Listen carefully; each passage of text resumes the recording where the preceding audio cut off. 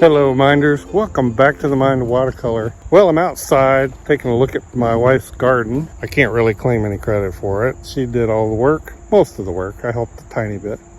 She just did an amazing job. But it's pretty much at its end now. Look at that. Isn't that beautiful? No, I know, not really. It's pretty ugly now, actually. Hey patrons, if you haven't seen it, I did a brief garden tour of how this looked in July. We got a lot of stuff out of this garden. It's mostly just weeds now, and we're still getting some tomatoes, still getting some peppers. I think there's one or two watermelon still on the vine. I don't think they're going to do very well. But for the most part, it's September. Everything is done. These bags were all potatoes. My wife's going to plant some fall potatoes, I think. You know, it's odd sometimes where you can find beauty, sometimes in the least expected places. I did a tomato video from this garden, but I don't know if you've ever raised okra before. You will have noticed what beautiful blossoms they make. Okra, as they say in Appalachia. There's some still on the stalk. We're not even harvesting those. They're too big and tough to eat. We love fried okra, by the way. Listen to this crunch. So this is the subject of today's video. This blossom's fading now. It'll be gone very shortly. But I did get a few snaps, and we're going to see what we can make of this.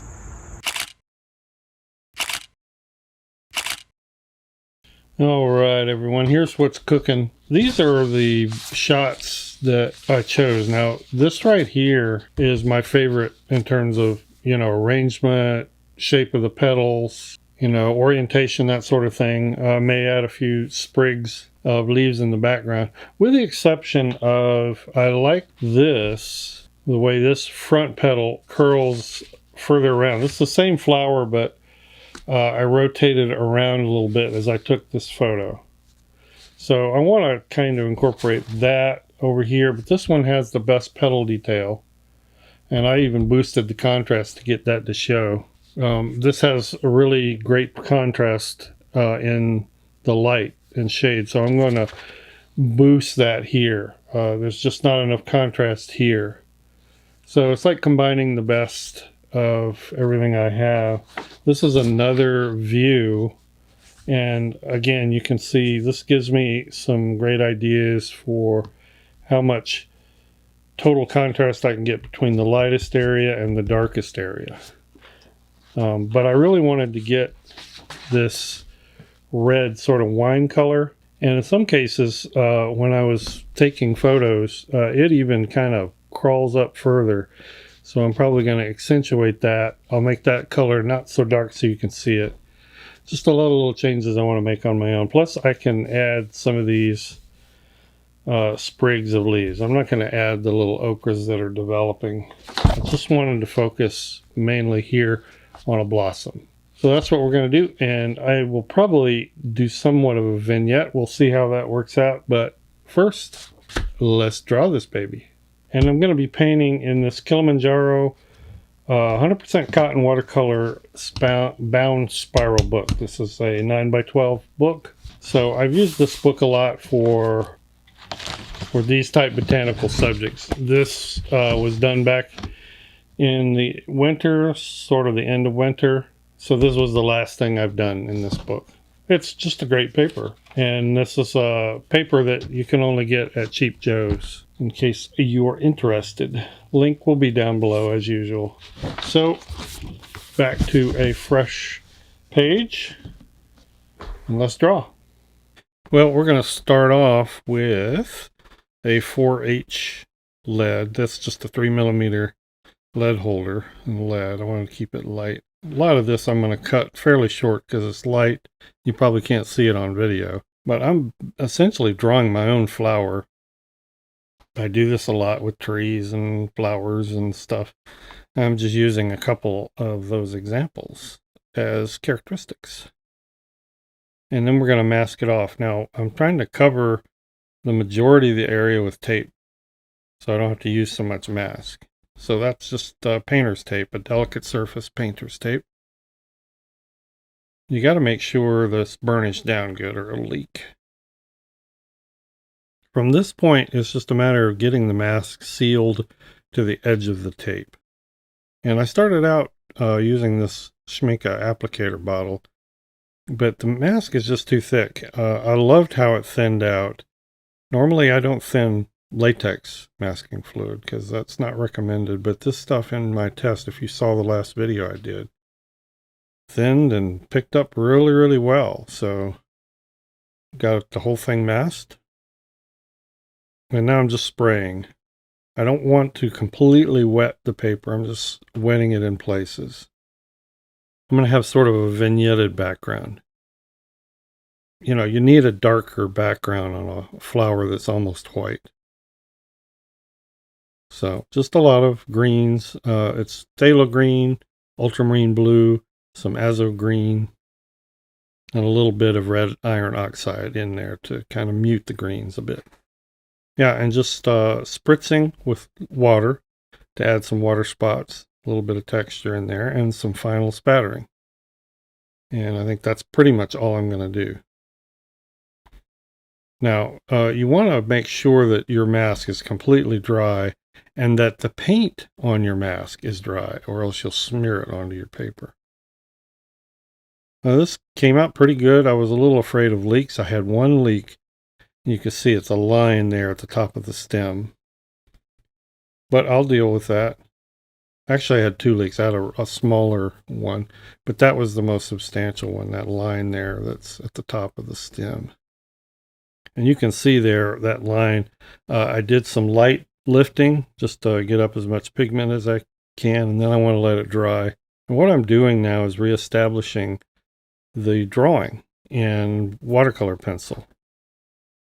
That's a Faber-Castell Albrecht watercolor pencil, and it's just a really good way if you need to redraw some parts of it to kind of match the colors you're going to be using and come in there and redefine that drawing. So that's what I'm doing. And I like to set the drawing in with water because as I add the broad washes, then I don't have any unpredictable bleeding of the watercolor pencil.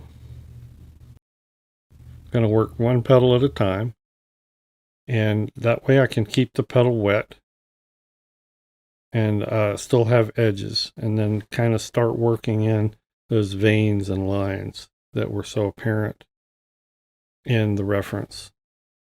Softly at first, and as I go back and make additional glazes and detail passes, I'll strengthen those and define those more. So just trying to give you some real-time examples here of how just filling these petals with a wash. Now you can pre-wet these areas and then add color, but as long as you feel like you can cover the whole piece and keep it wet, that's the main thing, so that you can start adding a few, not all of them, but a few subtle features in the texture while it's wet and wet. So I like to do that. And this is all still on that one petal, wet and wet. Now it dries to varying degrees. So, you know, as it spreads too much, you may have to let it dry a little bit. If it's not spreading enough, then you may have to re-wet it. And then I'm just doing this bigger petal, same way. Wetting the whole thing with a color, then going back over it, making sure it's saturated. And of course, those conjoining areas are dry. You let those dry or else they'll bleed into each other. But here you can see while it's wet, I'm again establishing some of the veins, some of the stripes, little lines. Now those lines are important, but more about that later. Here you see me making a second pass at that place where the mask leaked. And I'm going very gently. I'm not even using a scrubber. That's a nylon bristle brush. And I think that's lightened enough that that part's going to be dark. So, and we're just painting these little sort of base. I don't know if they're petals, whatever they call those that hold the petals. Just adding a wash and building up the value.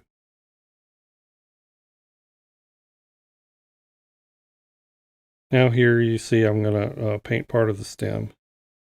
And again, this is, I'm not wetting all of the stem because some of this is going to be left as line work, but enough of it that I can do some of this wet and wet dark value building. You see where I scrubbed there, where that mask leak was? See how it kind of shows right now while it's wet? When it's dry, it will disappear. So that's one of the things. When you scrub and peel up, sometimes it will soak in the color and it'll look a little dark, but it usually dries out to where you can't see it anymore. And then if there are any specks left, they will rub off. These background leaves or surrounding leaves, I'm going to keep those very simple. And we're going to just let those fade off to the outer edges and then add line work.